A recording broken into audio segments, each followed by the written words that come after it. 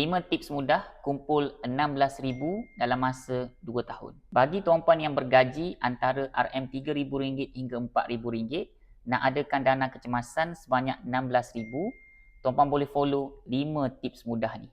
Yang pertama, niatkan untuk simpan 1 gram emas untuk 1 bulan sebagai forgotten saving atau simpanan untuk dilupakan. Yang kedua, bila tuan-puan dapat gaji, terus asingkan 1 gram ni sebagai simpanan, jadikan sebagai keutamaan, jadi tuan-puan tak akan rasa nak shopping, yang mana tuan-puan akan buat simpanan dulu. Yang ketiga, jangan tunggu ada duit lebih. Ada duit terus sahaja beli. Biasanya orang yang tunggu ada duit lebih ni, biasanya tak akan ada emas sampai bila-bila. Yang keempat, simpan dalam akaun emas gap. Akaun emas gap ni, kita boleh simpan sikit demi sedikit.